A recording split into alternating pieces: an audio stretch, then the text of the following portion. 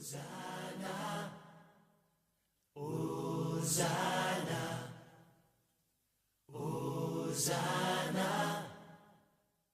Hosanna. Riavana malala amin'ny tompo dia mbola ho ampitono amintsika rehetra trany ny fahasoavana sy ny fiadanana avy amin'Andriamanitra ray sy Jesosy Kristy tombontsika. Amen. Ity alahady riavana arak'izay efa tanterantsika azy teo notsona hoe alahady ny sampandrofia, ary voalaza mazava tsara ao anatin'ny soratra masina dia miperika eo ampatsika amin'ny dian'ity ny voalaza ny zavaniseho tao anatin'izany alahady ny sampandrofia izany. Ity an'eto ihany koa anefa ny arak'izay fanambara tamintsika tamin'ny fotoanany ankizy teo no alahady voalohany anombohan'ny antsoina hoe herinandro masina izay anemotsika fiombonana sy fiaretana ny amin'izay fijalian'i Kristy Tompo andiniantsika tena ao anatin'izao kareny izao, ao anatin'izao herinandro masina izao, mba hisy dikany amintsika ny dikan'ny famonjen'ny Pasika izay hotsaina itsika rehefa mindondra ny herinandro vaovao amin'ny herinanio. Isika riavana dia mahalala tsara fa maro miendrika anehoany ny fiangonana tsirairay avy izany atao hoe sampandrofia izany, ary tsy misy maharatsy izany akory satria arakaraka ny fampianarana sy izay fomba hideranan'Andriamanitra ao anatin'izany sampandrofia izany. Fa ny zavatra tiako hifampizarana aminao kosa araka ny perika eo ampatsika amin'ny an'ity andeha mba ho fantaritsika inona marina ny fampianarana hoentin'ny sampandrofia amiko sy aminao, inona marina ny zavatra tokony ho ataontsika mba hahafahantsika miomana amin'ny fandraisana ny Pasika, inona marina no toe-tsaina na fampianarana tokony ho banjintsika mandritra izao herinandro masina izao. Tiavana malala amin'ny tompo araka ny loha hevitra izay manintsika efitsika mamin'ity volana maharitra iray madiva ifarany ity manao hoe mibebay anatrehan'ny tompo, dia ndreto misy fampianarana telo hifampizarako aminahy ambaran'izany sampandrofia izany ka tsara ho fantatsika. Tsy handeha lavitra isika riavana fa ao Matio 1:20 ka hatramin'ny 9:10 izay isan'ny perika eo ampatsika tamin'ny dian'io ity ny tantara indrindra ny nidiran'i Jesosy Kristy Tompo tao Jerosalema tamin'ny andron'ny sampandrofia no andeha hifampizarako aminao ka angalana izany fampianarana izany. Riavana malala amin'ny tompo, tsarovy aho fa fampianarana ray lehibe hoentin'ny sampandrofia amintsika dia izao: ity sampandrofia ity dia mitaona antsika an'olo-tena ho an'ny tompo. Ny sampandrofia dia fotoanan'ny fanoloran-tena mba tokony fantatsika tsara izany. Raha mahatsikaritra tsara tsika riavana araka ny ety Matio 1:20 ka hatramin'ny 1:10 ity dia tena fotoanan'ny fanoloran-tena tokoa ny sampaty. Hitantsika voalohany indrindra eo mba manahoana moa ary alaivo sary an-tsaina kely eny izany riavana ny fanoloran-tenan'izy ny rahalahy mpianatra izao no voalaza ao. Ary raha nanakaiky an'i Jerosalema izy ka tonga tao Betfaga any tendrombohitra Oliva dia naniraka mpianatra roalahy Jesosy ka nanao taminy hoe makanesa amin'ny rovohitra tandrifinareo roa, ary miaraka amin'izay dia hita biriky mifatotra sy ny zanany eo aminy ianareo vao izy dia ento ty amiko. Raharana izany riavana, tsy fantatra tsinitsinina dia rano tompo fotsiny izy ny rahalahy mandiana mandeha misy zao ao misy enitsy vao dia ho eto ty. Raha isika ny manao amin'izany amin'izao fotoana izao dia isika matahotra fitsaram-bahoaka fisatsika anao amin'izany, tsy mangalatra ve izany sy ny sisa sy ny sisa. Fa izy ny rahalahy kosa dia nanana fanoloran-tena betsaka, ary fanoloran-tena tsy mba nahitana solota tena amin'ny fiainana, na natahotra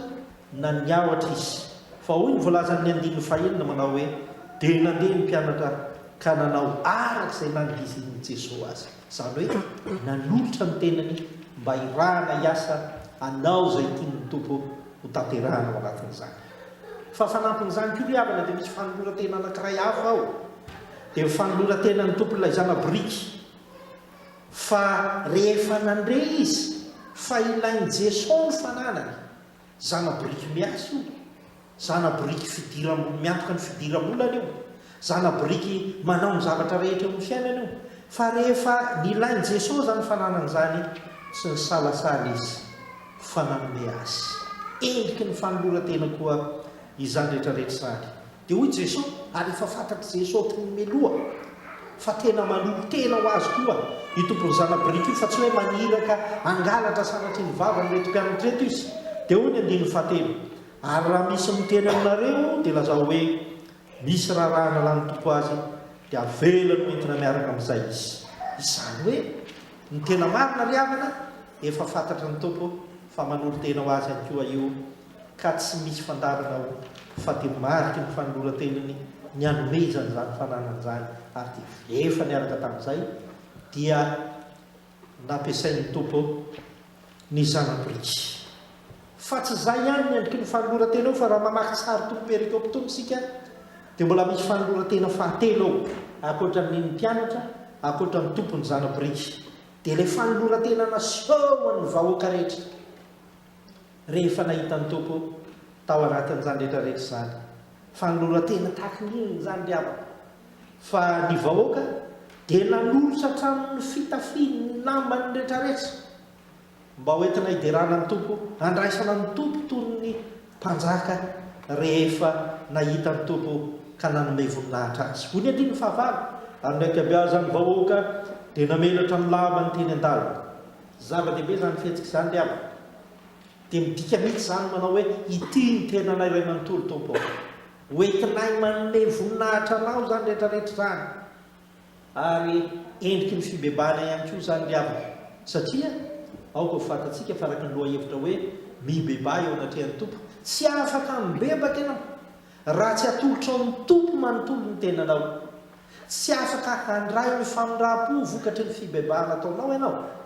raha tsy atolotra ao ny tompo ny tenanao araka izany.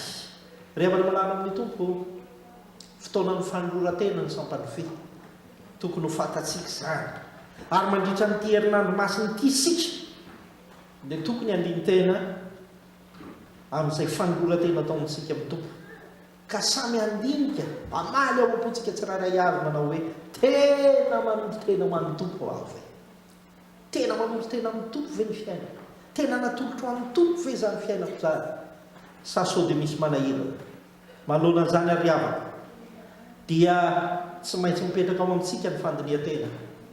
ka samy mieritreritra isika rehetra tena nanohina ny antson'ny tompo ve isika, tahaka ny retim-pianatra amin'ny rahalahy rehetra, ka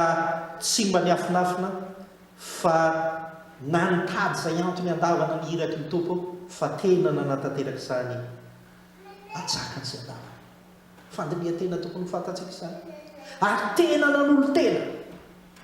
tahaka ny tompon'ilay zana-boriky fetsika.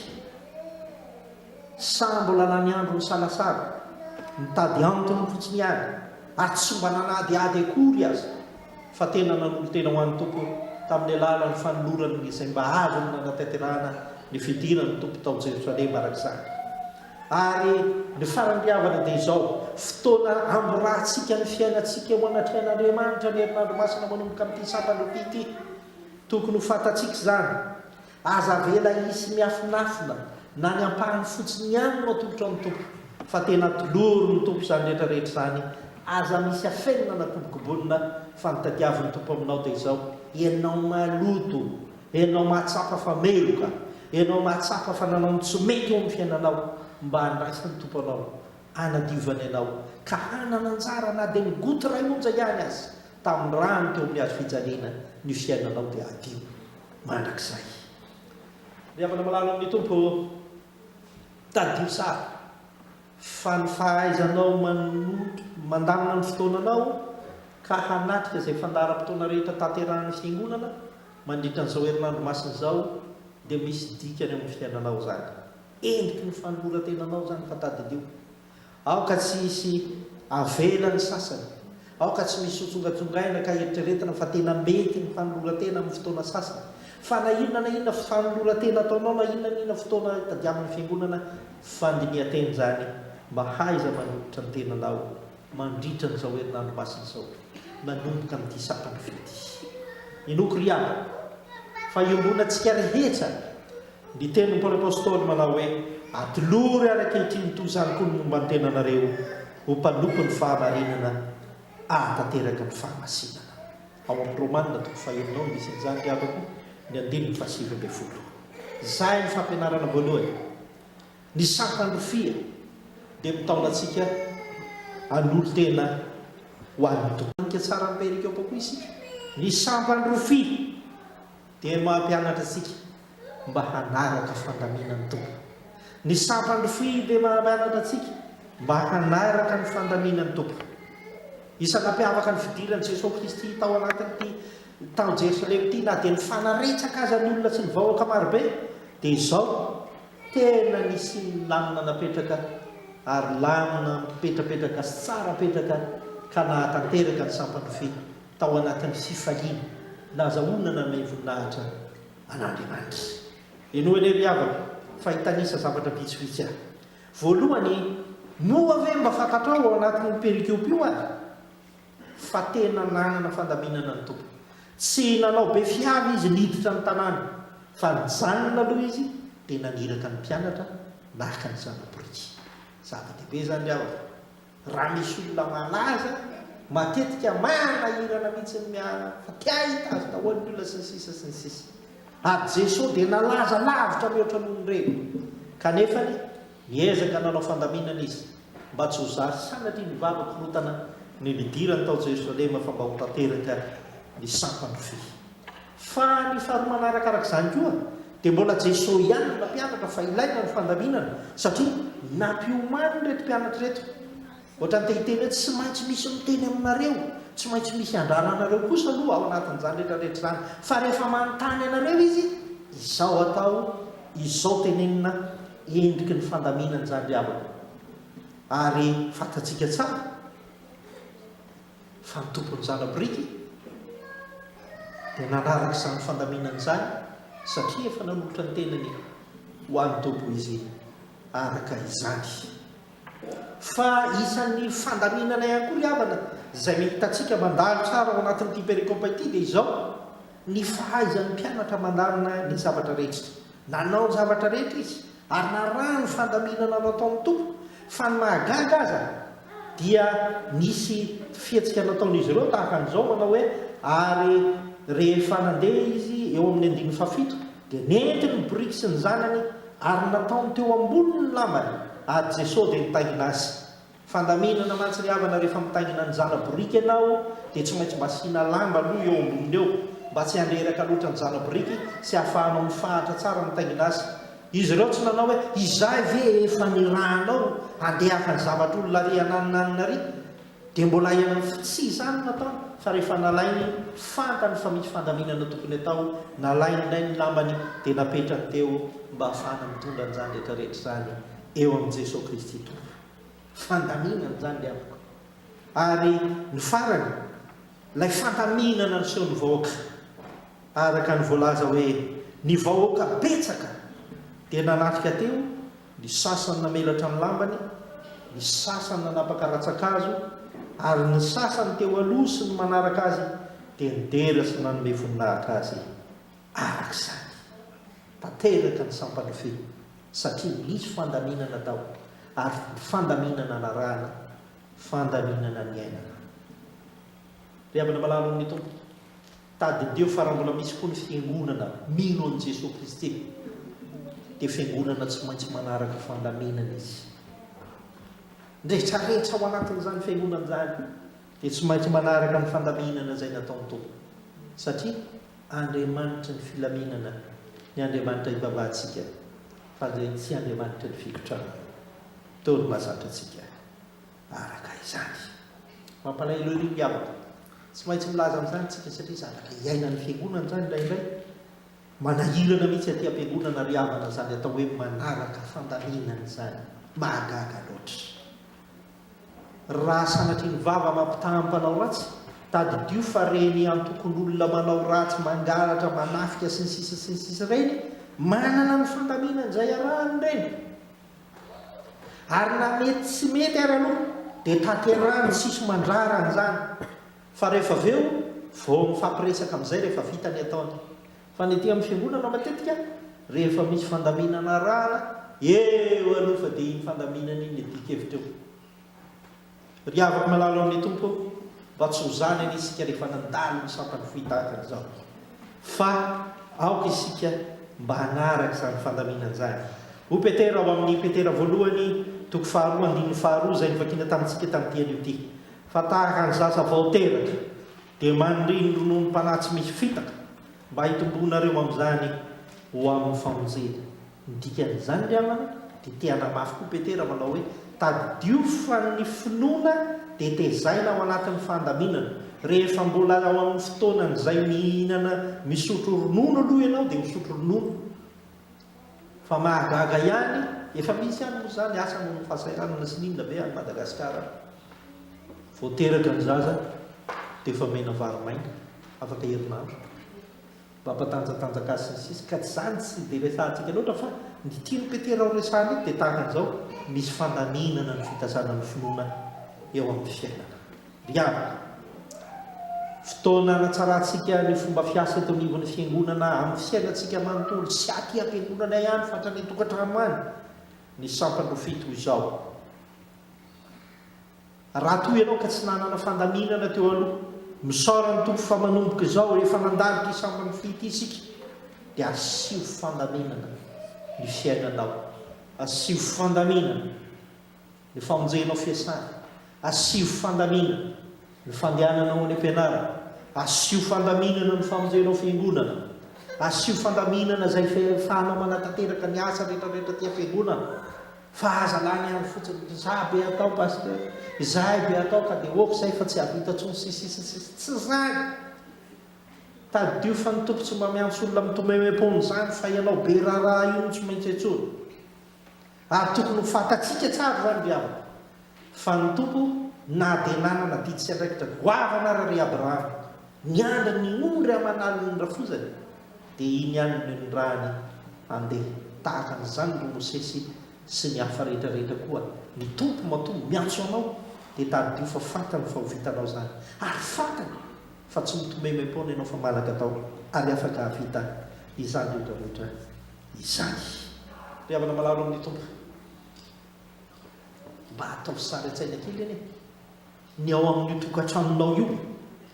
raha tsy mba misy fandaminana petraka ao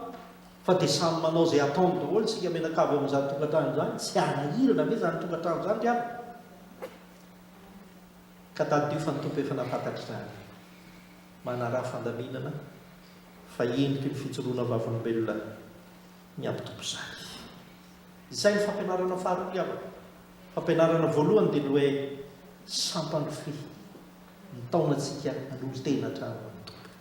ny faharoa dia ny hoe ny sampany fi mampianatra antsika anaraka fandaminana fa ny farany fahatelo dia izao ny sampany rofia dia mandrisika antsika mba hideratra ny tompo rehefa avy mandalo ny sampany rofia ny olona dia tsy mona ny dikan'izany voalaza eto rehefa avy mandalo ny sampany rofia ny olona vao nahita ny tompo niakatra tao Jerosalema dia ndera sy manome voninahitra azy izany no nataony fa tsy hoe nangina miondrika sy ny sisa fa nomay voninahitra nanao hoe hosana ao amin'ny zanaka Davida sy izay voalaza rehetra araka izany mba ianoana ery avana fa anisan'ny mampiavaka ao anatin'ny fiderana nataony reto vahoaka reto dia mba tsy tena fiatsana tsy nisy fiatsanambelatsy pady tsy nisy fiatsanambelatsy zany fiderana zany fa tena madio ary tsotra ny nataon'izy ireo ary ny vahoaka rehetra teo tsy nisy mihitsy fa dia nanaraka an'izay natao rehetrarehetra ary ny ombeo ny ompo amam-panahy amin'izany fiderana ny tompo izany izany ny tediavin'ny tompo amintsika ao anatin'ity sampany fity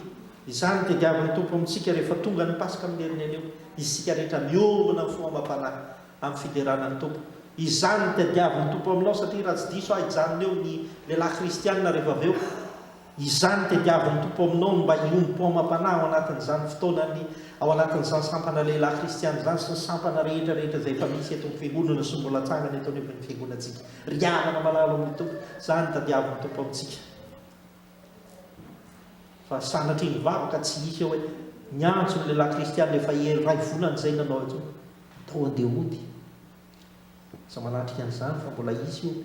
amin'ny manaraka mbola izany tsy zany tediavany tompo aminao fa ianao manao hoe ity ny tenako anaraka ny fandaminana osary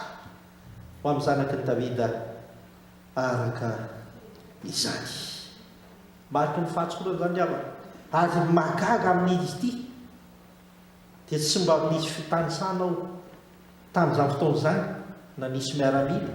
na nisy mpisolo na nisy mpanoron-dalàna na nisy mpahay lalàna na nisy fariseo tsy nisy an'izany tao fa vahoaka tsotra vahoaka midera ny feno fitiavana sy fahatsarana no tao mba tahaka izany koa ny isika araka izany ao amin'ny petera riavaka izay nivakina teo ao amin'ny petera voalohany toko faharoa andininy voalohany dia izao no nitaomany azy mba hoentriky ny fibebahana zay iainantsika ao anatin'izao sampany fizao koa esoro ny lolopo rehetra sy ny fitaka rehetra sy ny fiatsaram-belatsia sy ny fialonana ary ny fararatsiana rehetra hoy petera tamin'ny kristiana tamin'izany tadidio ry avako malala amin'ny tompo fa tsy sitraky ny tompo ny tsaratsika fa ny fifalian'ny tompo dia ianao mahita ianao hitany midera azy amin'ny fofeny fifaliana ianao mandray ny fibebahana ianao mandray ny fibebahana ho zava-dehibe nga mibebaka eo aminy zay ihany mety mbola misy ny azo ifampitsarana mety mbola isy ny azo ifanakiana mety mbola isy ny azo ifampiavina vonana mety mbola isy ny azo ifangariana sy ny sisa sy ny sisa fa tsy mahasoa atsika izany rehefa nandalina ny sampany fitaka izao sika dia tadidio